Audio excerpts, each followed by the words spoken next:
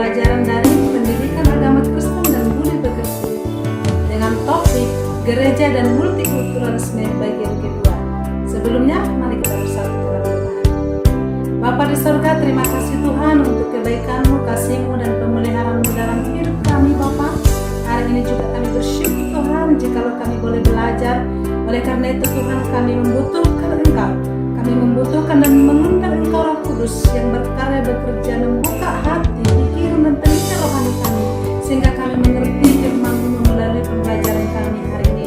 Dalam nama Yesus kami sudah berdoa. Amin. Topik pembelajaran kita hari ini adalah gereja dan multikulturalisme bagian kedua. Sebelumnya kita sudah mempelajari bagian pertama.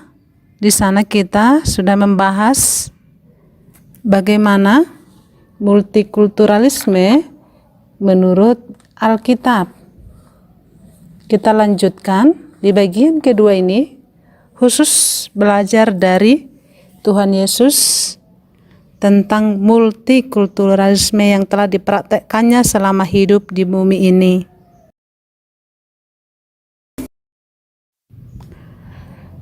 Belajar dari Tuhan Yesus tentang multikulturalisme. Jikalau kita membaca Alkitab selama Yesus hidup di bumi, Yesus menjadikan multikultur sebagai wacana perjumpaan antar manusia yang dapat bergaul dan bekerja sama dalam kasih. Justru melalui perbedaan-perbedaan itu, Yesus menunjukkan bahwa Dia adalah Tuhan yang kasih, yang menerima semua orang di hadapannya. Oleh karena itu, dari sikap Tuhan Yesus, kita dapat mencatat beberapa pokok pikiran dari H.P.S. Anton dalam kaitannya dengan multikulturalisme, di mana kita akan bahas satu persatu. Yang pertama, bahwa kesetiaan Yesus ditujukan kepada Tuhan, bukan kepada lembaga maupun praktik agama yang sudah turun-temurun. Yesus tahu bahwa segala sesuatu yang dikerjakannya, yaitu mengerjakan kehendak Bapa di sorga, yaitu dipertanggungjawabkannya kepada Tuhan. Segala sesuatu yang dilakukannya di bumi itu dikerjakannya untuk Tuhan Bapa di sorga, bukan untuk lembaga, bukan karena mewariskan praktek-praktek agama dari leluhurnya sejak mulai dari bangsa Israel di perjanjian lama yang turun-temurun. Karena pada zaman Tuhan Yesus banyak orang-orang melakukan praktek agama mereka oleh karena warisan turun-temurun tanpa dihidupi, sehingga ajaran agama hanya dipelajari, hanya dihafal, tanpa penyembahan yang sungguh-sungguh di hadapan Tuhan. Contohnya banyak yang dikecam oleh Tuhan Yesus seperti ahli Taurat, orang Farisi, yang di luarnya sepertinya begitu taat melakukan hukum Taurat, tetapi sebenarnya di dalam hati mereka tidak seperti apa yang di luar yang kelihatan oleh manusia. Tetapi Tuhan Yesus sungguh luar biasa. Tuhan Yesus menunjukkan sikap hidupnya yang sungguh-sungguh kepada Tuhan, dan Dia bukan untuk mencari pujian manusia. Dan Tuhan Yesus tidak melakukan segala sesuatu hanya untuk menyenangkan manusia, tetapi untuk menyenangkan Tuhan. Inilah yang perlu kita teladani dari sikap Tuhan Yesus, bahwa sikap yang baik yang kita lakukan untuk mewujudkan multikultur di tengah-tengah kehidupan kita, bukan untuk mencari pujian, bukan untuk manusia, bukan hanya sekedar karena diwariskan dari turun-temurun tanpa kita hidupi, tetapi benar-benar kesetiaan kita melakukannya, kita kerjakan untuk Tuhan. dan juga kita kerjakan ditujukan kepada Tuhan saja, bukan kepada manusia.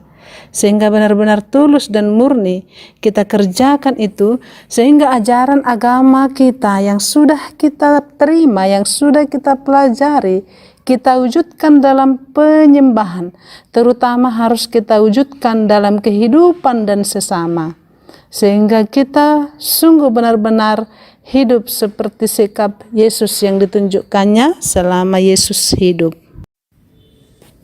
Yang kedua, kasih dan solidaritas Yesus ditujukan bagi semua orang tanpa terkecuali.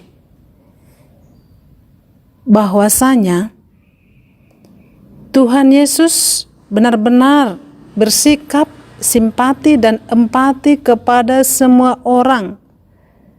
Yesus menunjukkan sikap hidup, rasa peduli, seperti merasakan apa yang dirasakan oleh orang-orang yang mengalami penyakit, kesusahan, kekurangan, bahkan orang yang sangat menderita. Dari sini kita bisa melihat bahwa kasih Yesus dan solidaritasnya ditujukan bagi semua orang, baik dari orang berbagai suku, tradisi, budaya, bahkan yang tidak mengenal Tuhan yang disembah Yesus, yaitu Yahweh, pun ditolong oleh Tuhan Yesus.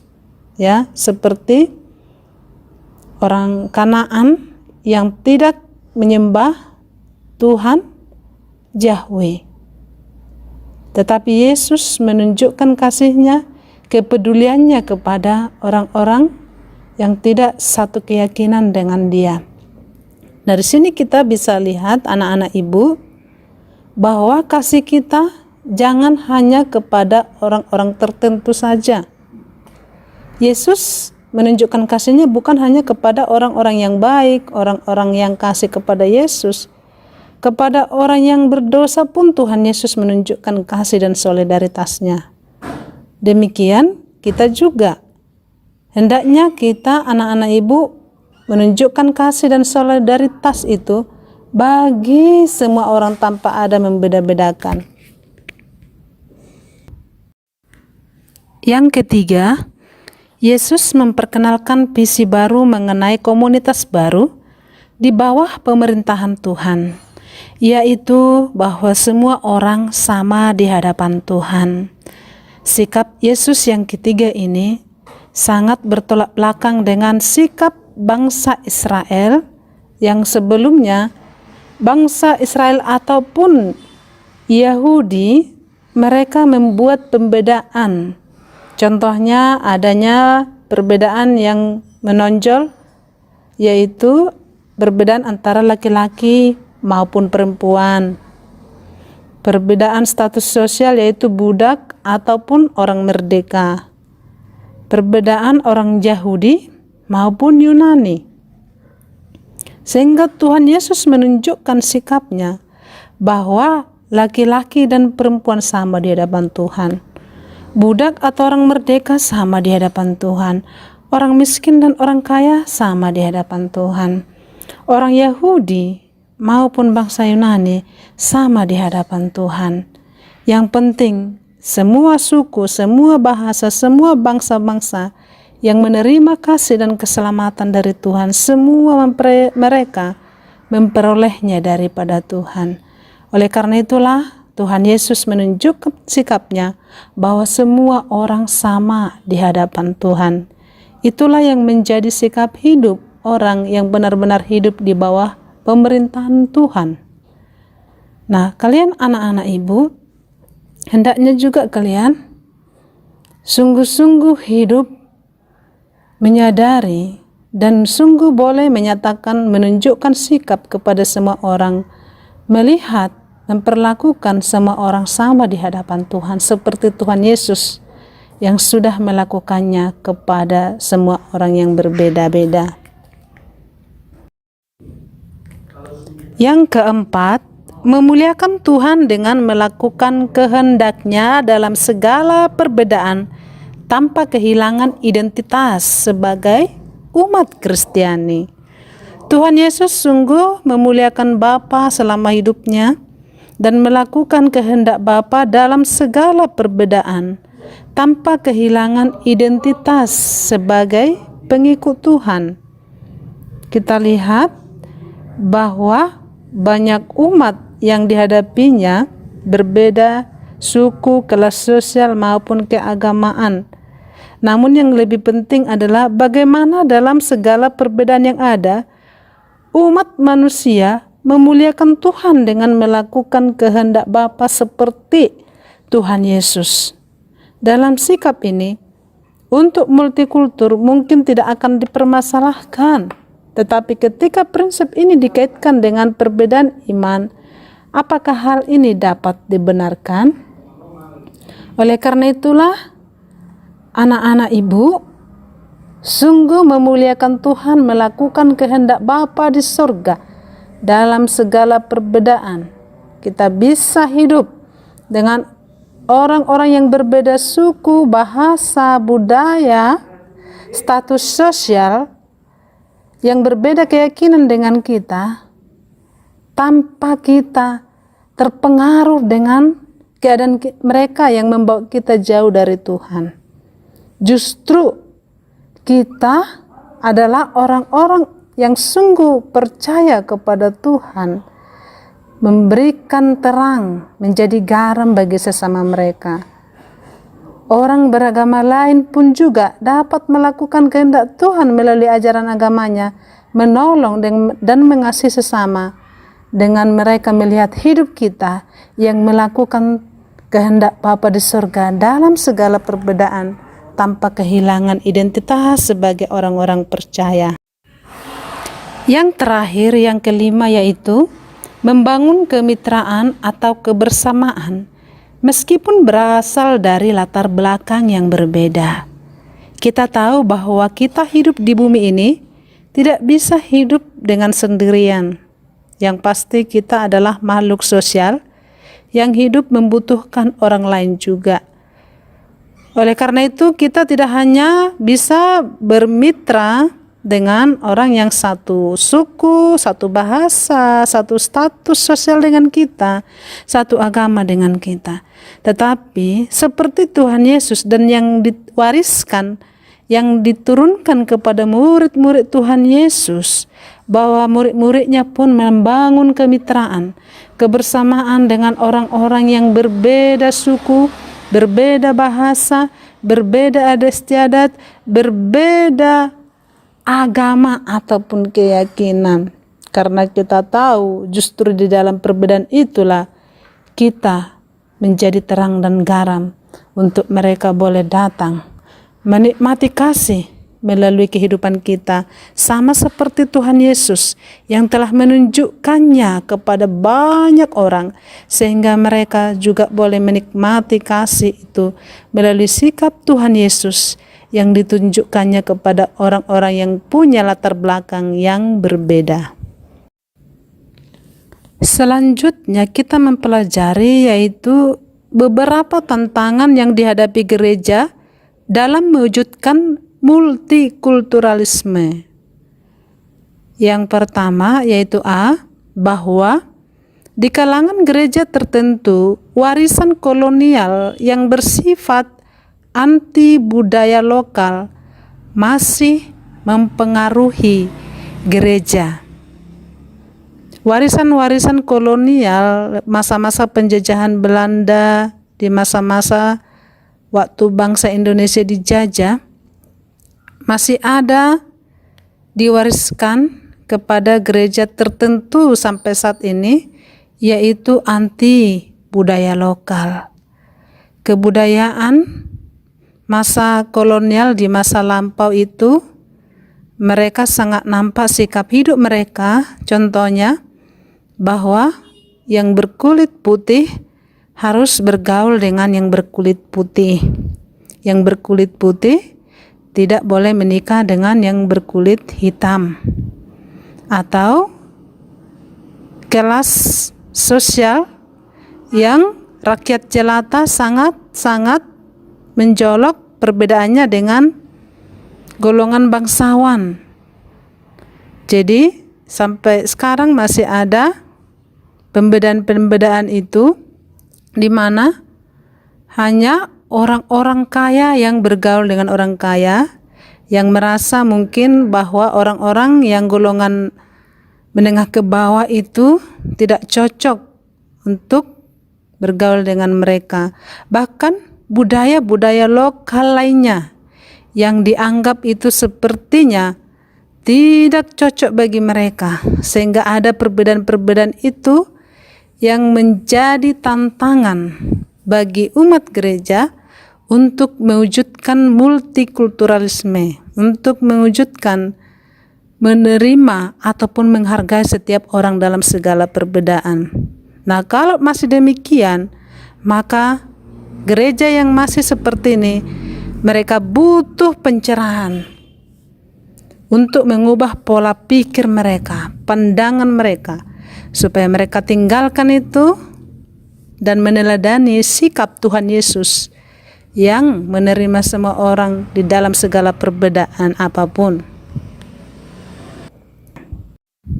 Tantangan yang kedua yaitu poin B, adanya berbagai prasangka yang terus dibangun terhadap orang-orang dari kalangan suku, budaya, dan daerah tertentu.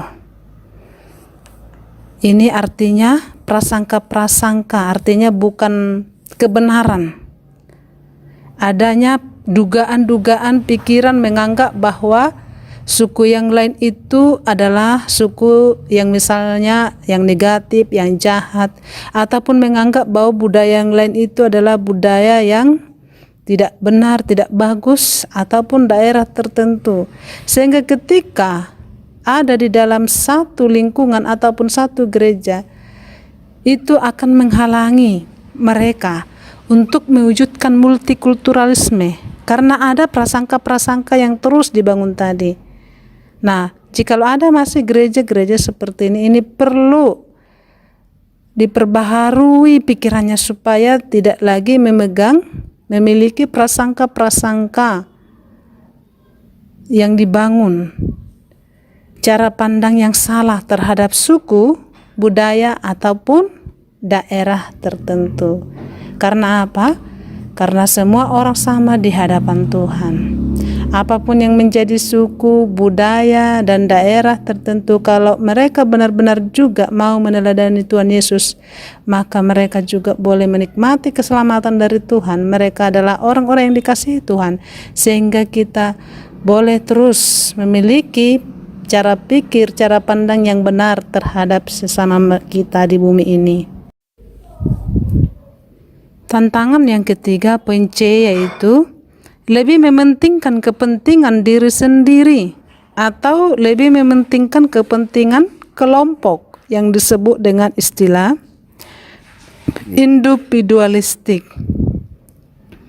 Ada kecenderungan orang-orang menganggap bahwa kepentingan dirinya yang harus lebih diutamakan daripada kepentingan orang lain. Menganggap bahwa kepentingan kelompoknya lebih benar, lebih diutamakan, sehingga mengesampingkan kepentingan orang lain, mengenyampingkan kepentingan sesama. Oleh karena itulah ini menjadi tantangan, sehingga multikulturalisme tidak terwujud dengan maksimal. Yang seharusnya segala perbedaan-perbedaan apapun, kita menganggap bahwa kita punya kepentingan bersama. Kita harus mengutamakan kepentingan bersama di atas kepentingan pribadi kita. Sama seperti Tuhan Yesus. Tuhan Yesus tidak pernah mementingkan kepentingan dirinya sendiri. Segala apapun tindakan, sikap yang dilakukannya selama hidup, dia lebih mementingkan kepentingan orang lain, kepentingan bersama. Itulah sikap yang ditunjukkan oleh Tuhan Yesus dan yang harus kita teladani di dalam kehidupan kita bersama. Ibu, sekian dulu penjelasan daripada materi kita hari ini.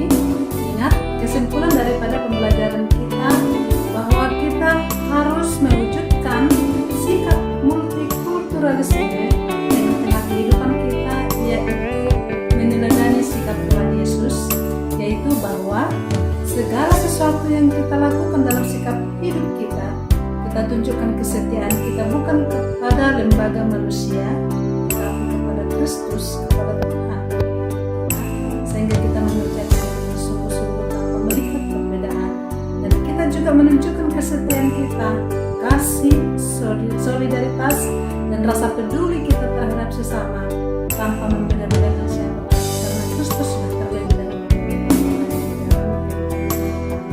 Mari kita praktekkan di dalam hidup kita.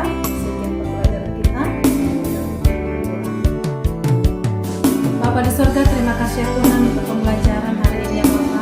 Kami sungguh bersyukur Tuhan, Engkau senantiasa yang memampukan, menguatkan anak-anak-Mu Tuhan untuk memiliki sikap yang sudah Engkau wariskan kepada kami. Sebagaimana kami